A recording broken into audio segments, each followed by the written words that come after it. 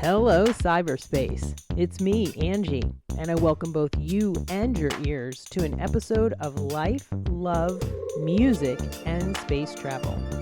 In case you're wondering who Angie is, I'm Angie, and I'm super stoked to spend some time sharing with y'all some of my experiences and thoughts on living, loving, music, and space travel, or spiritual experiences as I often refer to as space travel. A rather broad spectrum, right? Well, my hope is to always share something that resonates with, intrigues, excites, or perhaps inspires you. On that note, I invite you to sit back, buckle up, and take a little trip out into the cosmos with me. Hello, cyberspace. It's me, Angie, coming to you with episode number 64 of my podcast, Life, Love, Music, and Space Travel. I have titled this episode, Life is a Carnival, my Robbie Robertson inspired LA getaway. This past summer, while I was in Colorado on summer tour 2024, as I called it, I saw an ad for, I think it's Blackbird Presentations. They were putting on a celebration of life for Robbie Robertson, lead singer of the band, also had a stellar solo career. I don't pretend to be a huge Robbie Robertson aficionado, nor do I know everything by the band, but I love their music enough that I knew I needed to go celebrate it. The list of performing attendees was stellar, so I decided to take a 3-day getaway and go to California, celebrate with the rest of my music-loving fans out there. On October 16th, I flew out of Wilmington, North Carolina, and headed towards Los Angeles. This episode is actually going to be a culmination of my experience at the concert, but I also did a few other really cool things. I've been staying at High Hostel International. I found them in New Orleans, and they are the place that I stay when I go back. I had never stayed at a hostel before, but I really have fallen in love with New Orleans, and the hostel is a fantastic location and has really worked out well for me. For anyone else who's interested in hostel vacation lifestyle stuff, take a listen. I decided I would try out the Santa Monica hostel. I got to LAX around 2 p.m. I'm turning into the adventurer who likes to take on as much of the local activities as she can. So I decided instead of spending all my money on Lyft or Uber or any of that kind of stuff, I was going to take public transportation as much as I could. So I took the shuttle bus to the depot. The Big Blue is where I had to get on at the depot, free for the shuttle bus. And then the Big Blue was $1.25 or something like that to take me all the way to Santa Monica and forth. Quite an adventure. Took about an hour, but I was okay with it. I feel like it's the city tour, the free bus tour. The bus driver was super friendly. All of the locals that I met were super friendly. The shuttle driver was able to give me some information. The bus driver, she let me know where I kind of needed to get off. I used my GPS, Google Maps. I'm a big fan of it. It's worked very well for me. In the meantime, I just sat back, relaxed, and took in the sights. I had to then walk about 2 blocks to the hostel. As mentioned, it was about an hour and a half on the bus in total, 6-minute walk. And I was there, checked into the hostel. Very happy with the fact that the staff as well, just like the ones in New Orleans, very nice, very knowledgeable. I checked out my room and I settled into being in Santa Monica, having just started on the East Coast that morning. Now here I am on the West Coast. A bit of space travel. The flight was really smooth. I flew on American. I've been using my miles. I've turned into a travel bug. I've really been enjoying flying places and getting out to see the world. So far, this was great. Checked out my digs. I'm going to admittedly say that I look forward to, if I stay at the Santa Monica hostel again, I'm hoping that they do a little bit of upgrading. New Orleans actually has a really sweet bunk bed stuff. It's all dorm room style, unless you get a private room. You can actually rent a private room with a queen bed or something like that. I did that once. Anyway, the bunk beds in New Orleans are bunk style, but they offer a privacy curtain. They're pretty sturdy. They're attached to the walls. There's not a lot of squeaky stuff. Santa Monica was not like that. The beds were a little squeaky. They were metal. I had to build my own privacy curtain situation. Fortunately, I was on the bottom bunk and was able to do that. You can't do that on the top. But otherwise, the whole hostel was really nice. Big kitchen area, outside atrium area. They have a pool table. They offer the amenities that I got at the other place, like a continental breakfast in the morning. They also have a whole list of agendas. They do some yoga in the morning on certain days, and they have a coffee walk. But you can go down into old LA and take a historical walk. It was very, very cool. I was staying in an 8-bed dorm.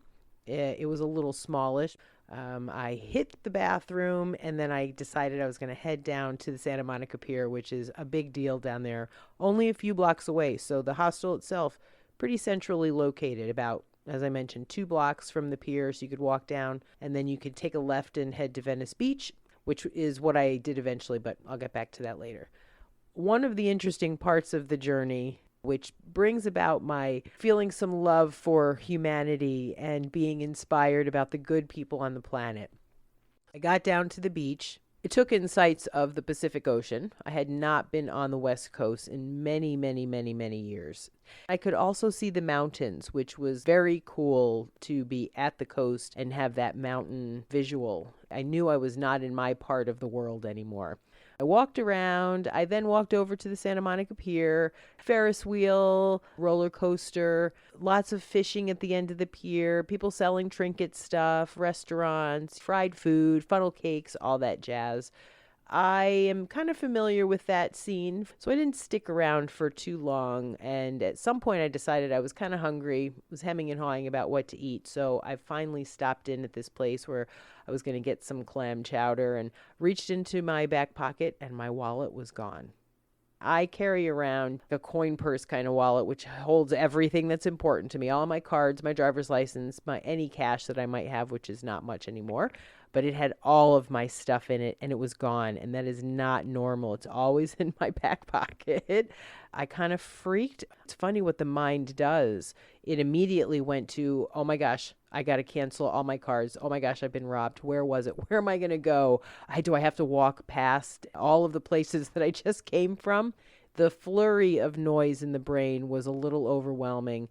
And yet I'm going to say that all my practices are showing fruition, if that's the right word. I'm seeing them all come into fruition because I didn't immediately act on any of that stuff. I also wanted to really call my mom and tell her what had happened. And I'd send her into a tizzy of the fact that now I have no license, I have no money, I have nothing. I took a few deep breaths, and what came to mind for me was that I had used the restroom at the hostel. It was like very quiet in my mind that there was just this tiny possibility that I could have dropped it there. Maybe you want to call the hostel and see if they found anything. It seemed like a ridiculous idea. That couldn't possibly be what had happened. It couldn't possibly be that easy. Everything else came flooding back. There was a police stand on the pier. I thought about going. And then for a quick moment, some sanity kicked in, and I decided I would do what seemed like the insane act of calling the hostel and see if they had found anything. I did that. Lo and behold, they asked me what my wallet looked like, and they had it. Holy shiznit. That's like a fucking miracle to me. I mean, really, thinking about, could it possibly be that easy? What was just seemingly tragic and the end of my just beginning vacation, could it possibly turn out in such a miraculous way? I turned and almost ran back to the hostel. There it was. I had to describe it. They asked me what it looked like. Somebody had turned it in, found it in the bathroom and turned it in. Nothing missing inside. Thank you, thank you, thank you to whoever found it. I took a deep breath. I'm not exactly sure what I did other than taking some more deep breaths because I really thought I was screwed from that point. All of the stuff came into play. How was I going to go to the concert? I had no money, blah, blah, blah. But instead, everything turned out just fine. What a wonderful way to enter into California. Now that I had my money, something to pay with, my security was back. I decided I was going to head over to the next scene of attraction, I guess, which was the 3rd Street Promenade. A few blocks of shopping and food. I will say, having not been to Santa Monica before, and from what I've been told that things have changed quite a bit since COVID, things were a little slower.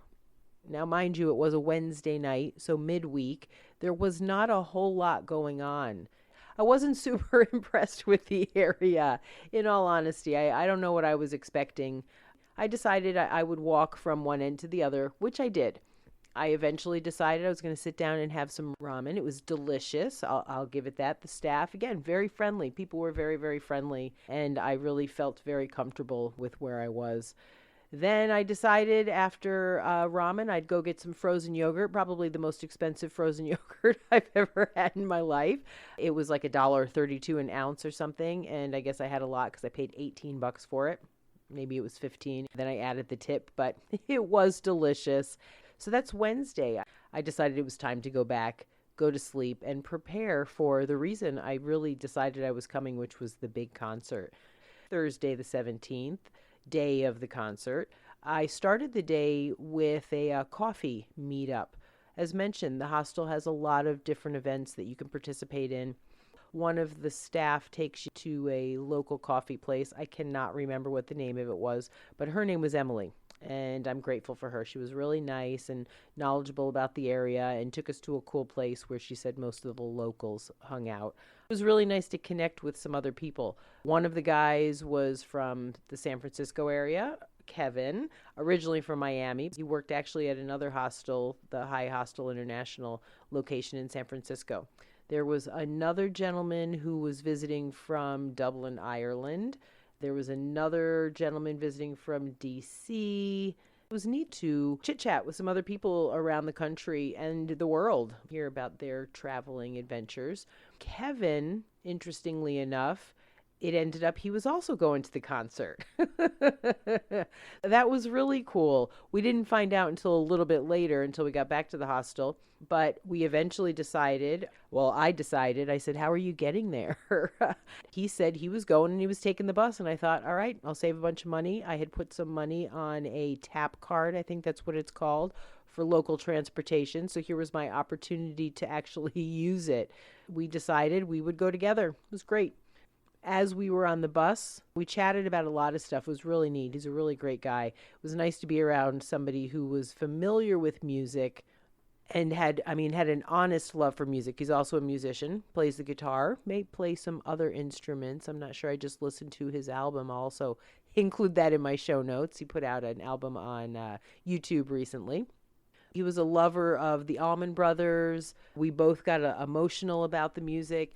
I love that kind of stuff. I love finding my people out there who are inspired and moved by music as much as I am. And I was really excited about this event. Thought I would be going solo on my own. I had a ticket just solo, but so it was really neat to click in and connect with some other people.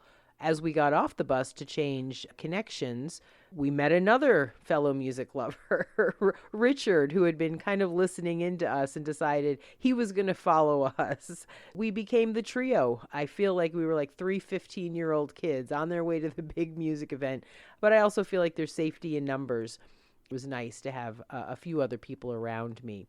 We chatted, we laughed, we talked about music, and when we got to the venue, which was at the Kia Forum, I don't think I've mentioned that yet, we decided then and there that we were going to meet up after the concert also and either take a Lyft or Uber or take the bus home together. That was also really neat. I felt really comfortable. So I suggest find your people. We got to become kind of fast friends, and we actually had an interesting adventure on the way home, which I'll talk about later. But that led to the event. Kevin and I hung out for a little bit before the concert and decided to go in together. They opened up, I think it's like the terrace or the promenade first. So we walked around. I had a hot dog, wasn't terribly priced, bought a t-shirt. And then eventually around 6:15 or so, the doors opened and we were allowed to go inside. They were still doing some sound check stuff when we got in. So we hung out for a little bit outside of the actual seating area, walked around for a little bit, and then we eventually went down. We both had seats on the floor, which was great. Yeah, my ticket was like row 15, section D. So it was like stage right-ish. And seat number 9, good seats. I was pretty excited about where I was located. And we kind of did our thing and then waited for the music to start. As I mentioned, this was a musical celebration of the life of Robbie Robertson. He passed on last year. It's been a little bit in the making. Robbie Robertson also being part of the band, they were all a part of the big concert, The Last Waltz. So if anyone's seen that, that was the movie about their last performance. This was also going to be recorded, and it was also directed by Martin Scorsese, who directed Last Waltz. If you're not familiar with the band, The Night They Drove Old Dixie Down, The Wait, Cripple Creek, that's just a few of their songs that you might be familiar with. As I mentioned, I bought the tickets early, a City Card pre-sale, which was really great. There were so many artists that were listed as performing. I will say a few of them did not show up. I think Noah Kahan, who I'm not familiar with, and Elvis Costello, who I was pretty excited to see. He did not show up at the event either, and I'm not exactly sure why. But the event itself, it was supposed to start at 7. It started at about 7:15. The beautiful thing also was that there was nobody sitting next to me, or at least the people didn't show up for quite some time. So I had a good amount of room to dance in the kind of squished in seating section. I also felt like I was one of the youngest people by a few years, I'll say at least, which was very nice too. Wasn't a real super young crowd. Everyone knew the music. They were all there for the same reason that I was, to celebrate a great time in music. I'm going to go through the set list stuff, and then I'll talk about, maybe along the way, a few of my favorites. For anyone who wasn't there, you can definitely find all the information online. They are eventually, I believe, going to play it. I'm not sure if they'll play all the performances. So Robbie Robertson from Canada and has a Native American background. They opened the concert with Peyote Healing. Really cool. Verdell Primo, I'm probably pronouncing that wrong, and Z Wilson. It was a blessing and chant. It was really, really neat. I love this kind of stuff where they bring in a lot of what has to do with the actual person's lifestyle, not just their music per se. You know, where he was from, they were really celebrating his heritage, which was very cool. Robbie Robertson also wrote a lot of score soundtracks, if I'm saying that correctly. He did a lot of the music for a lot of different movies. I'm not going to go into all of them right now because I can't remember all of them. He did do Killers of the Flower Moon. That was one of his most recent. So they played a clip of that. And then they opened up with Up on Cripple Creek. Eric Church, who I'm not familiar with, was the singer. He did a stellar job. It was a great way to really jump into why we were there and really get everybody moving. Overall, I am going to say they didn't play a lot of Robbie's solo stuff. They did a lot of the band, which I was also fine with. If you're a band fan, you'll recognize a lot of the music. They then came in with Ophelia, which was sung by Ryan Bingham, another person I was not familiar with, but he did a great job. The Best of Everything was next, and that's a Tom Petty and the Heartbreakers cover. Mike Campbell and is it Benmont Trench, I think, were Mike is guitarist and Benmont was the pianist, keyboardist for the Heartbreakers. Dave Malone, guitarist for the Radiators out of New Orleans. They were part of the house band. They had an incredible house band. Don Was also was there. It was a really nice group of well-known performing artists to have playing behind the scenes for every song for the most part, until at least Eric Clapton came on. He came on with his own band. Tom Petty's birthday was just a few days after this celebration, so it was really neat to hear The Best of Everything, which I think was also like a Robbie Robertson produced song. Pretty neat connection. He really was a part of a lot of stuff. They then played Evangeline, which is a band cover. Margot Price sang it. I'm also honestly not very familiar with her. She did a fantastic job. Acadian Driftwood, with Allison Russell, Logan Statz, and Julian Taylor. Very moving. They were all very excited to be there. I could really tell. It was neat to see the smiles on people's faces and see how much they wanted to be there. Straight down the line with Robert Randolph. I have to say, if you have not seen Robert Randolph, go see him. I haven't seen him in a long time, and he was spectacular. I'm thinking slide guitar. Am I correct? Not steel pedal, slide guitar. He was spectacular. I was so glad to see him. It had been a long time, and he really did it well. Who Do You Love? Bo Diddley cover. That was Taj Mahal and Robert Randolph also. Taj, I had never seen him before. Spectacular. I'll probably use that word quite a few times. The raspy voice that was Howlin' Wolf style. He knew what he was doing. He was really into it. It was really good to see him. And then they brought in New Orleans. New Orleans came out to play down south in New Orleans. Johnny and Jack cover, but Cyril Neville also came out and played. I kind of think maybe he was part of the house band also. And Dave Malone and the horn section, they rocked the house. As I've mentioned many times, if you've heard any of my stuff, I love New Orleans. It was really, really neat to get to hear some of that. Then we heard Go Back to Your Woods, which was a Robbie Robertson cover, and that was by Bruce Hornsby. That was really wonderful to hear him on the piano, tinkling away. Fantastic. King Harvest Has Surely Come. That was another Bruce Hornsby playing one, the band cover. And then they closed out set one with The Night They Drove Old Dixie Down. Jamie Johnson. I've heard of him, but I hadn't seen him play. Fantastic. The guy's got a great, great, great voice and really did the band proud.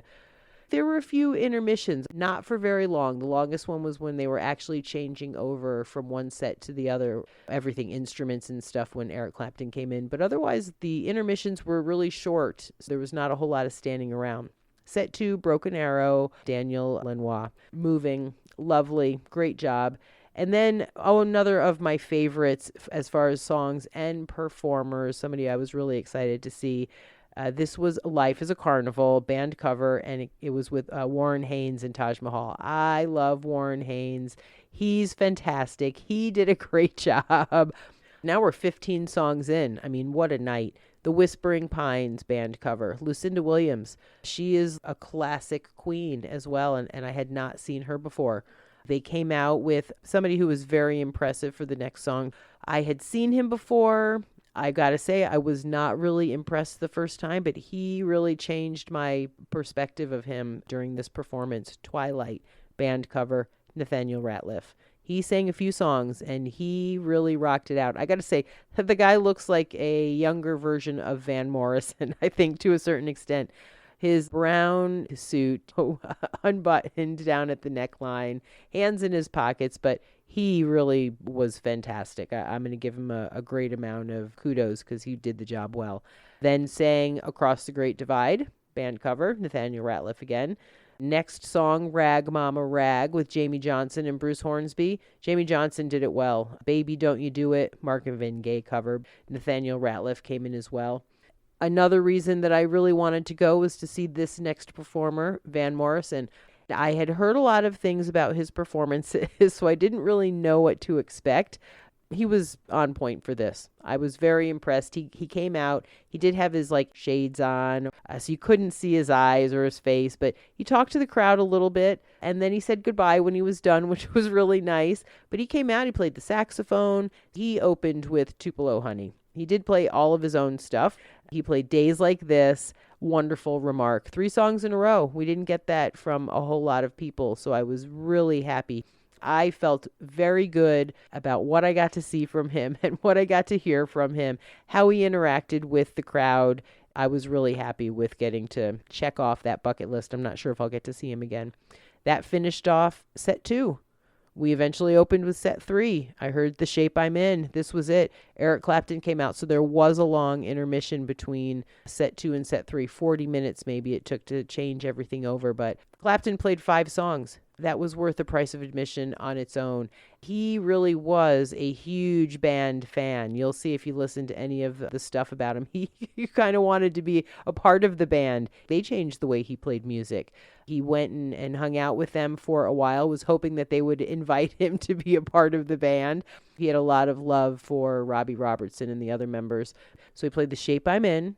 They played Out of the Blue, Forbidden Fruit, Chest Fever, and Further On Up the Road. They were fantastic. I love Eric Clapton. I've seen him a few times. It's been a long time, but he was on fire. He is the man on the guitar, and the whole band was absolutely fantastic. So that was really special, in my opinion, to get to see 5 songs. I think the crowd felt the same. That was set 3. He closed it out. He had his own set. And then set 4 came along. There was a bit of an intermission there as well. Set 4 opened up with Forever Young. Nathaniel Rateliff, Ryan Bingham, and Margot Price came out and sang that Bob Dylan cover. I was kind of hoping that Bob might be there. He wasn't, but he was definitely there in spirit. We heard It Makes No Difference next. That was Jim James, who is from My Morning Jacket, if I'm not mistaken. I have not seen him before either. He really has a spectacular, ethereal voice. He played here in Wilmington, North Carolina. I'm sad I didn't go see him, but I'll definitely go see him next time. Really did the band proud. A great performance. Next was Stage Fright, another of my favorites, and done by another of my favorites, Warren Haynes. That was song number 30. Hello, we were really in it. And then from my understanding, as far as reading some different articles, Warren Haynes actually sang Caravan, which is a Van Morrison song. I think it was one of Robbie Robertson's favorites. And for whatever reason, Van didn't want to sing it. He asked for somebody else to sing it. So it was presented to Warren Haynes to sing it. And he sang it, and he did a great job. Number 32 came along. The one and only Bobby Weir came out and sang acoustic style, solo, When I Paint My Masterpiece, another Bob Dylan song. But also my understanding is that the band performed it before Bob Dylan did it on his own. It was really quite moving. Bobby doesn't need anybody else on the stage with him. He came out in his jacket, kind of ghost-like, and did his thing, and he did it well, as he always does. This next artist, I wasn't really sure where he fit in. I didn't really know what to expect. We had Trey Anastasio come on. I'm a definite Fish fan. And he came out and he sang a song, The Unfaithful Servant. Also did it very well. It was very up his alley. That's a band cover. Well done. Well done. He actually did a second song they had for him. He did Look Out Cleveland band cover. He was really impressive. I was happy to see him. I thought he fit in well overall, and I'm glad he was there. And then number 35, the spectacular, who I've not seen, Mavis Staples, came out, sang The Wait. Trey, Bob Weir, they were also part of it, along with the house band, obviously. That was well worth it. Her voice is heavy, deep, on fire. The woman knows what she's doing. And I was really very glad to see her. Hopefully I'll see her one of these times that I'm in New Orleans. And here we were at the end of the night. Number 36, I Shall Be Released. The ensemble came out, performed. They did it proud. It was moving. It was a fantastic way to finish the evening. And I felt as though I had been released. Very spiritual deal for me. It was a fantastic evening. I'm very grateful that I was able to have the time to go.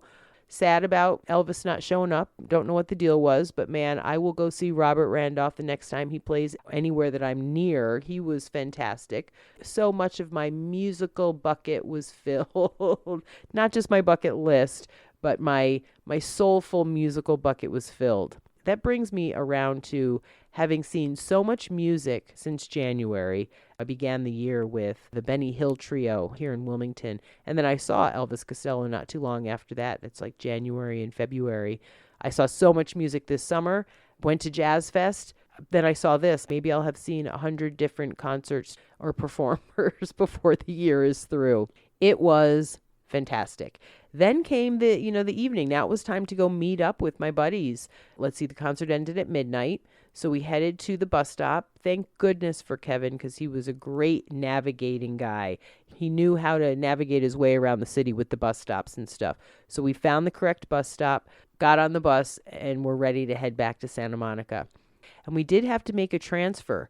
We eventually got off the bus to make our transfer. It's like 1 o'clock in the morning in LA, and here's the three of us. I don't want to say wandering the streets of LA, but I was definitely following a few people. I had no idea where I was. I'm going to say it again. Thank goodness for Kevin, because I don't think Richard knew where we were going either. Here we are wandering the streets looking for our next stop. We had to walk a few blocks to get to the next bus stop. We passed a cop at one point directing traffic at 1 a.m. We were admittedly jaywalking on the wrong side of the street. There was some construction stuff going on, but thank goodness we were not on the other side of the street, because just before we were getting to the bus stop, this 2-car accident took place. Holy shit. It was so intense and so loud, and out of nowhere, this truck came barreling down. This other car was coming from the other side. I don't really know what happened, but they hit, and I thought there had been an explosion. The three of us were in shock. What are we going to do? The bus is now coming. We can see the bus. We can't stop here in the middle of LA at night. The guy from the truck, he was okay. He got out of his car, started to walk over to the other vehicle. Somebody else started to walk to the other vehicle also. Out of nowhere came this woman. I then saw the person open the door in the other car. Everyone seemed to be okay. The cop was down the street, so he must have seen the accident. We ran to the bus, got on the bus, and headed back. It was like nothing I'd ever been a part of. I didn't really know what to do. Thank goodness everyone got out and was okay, because I got worried if I was leaving the scene of an accident, not that I was a part of it. It was pretty crazy. What a way to end off and finish off my evening LA experience. 3 kids. I felt like we were 3 kids hurrying to get back home. Got on the bus, made it back to our respective places, and that was the end of my day 2 in LA. Pretty crazy. It was. I felt like I'd been a part of a movie. From the beginning, riding the bus to the venue, getting to the venue, having an incredible concert experience, and then riding the bus home with a pretty incredible experience on the way home as well. And now to go home and go to sleep. To have one extra day. I was excited about having a Friday with really nothing on the agenda for the most part. I got up in the morning kind of early. I did know that I wanted to go get in some fellowship. I had actually had the hope of eating at a 2 Michelin star restaurant in LA. I was on the wait list for Wednesday night, the night of my arrival, and I was also on the wait list for Friday night. Hadn't heard anything on either nights. It was a restaurant called Nanaka, I was not expecting to get in. So what I did on Friday was I decided to walk 3 miles to Venice Beach for some fellowship.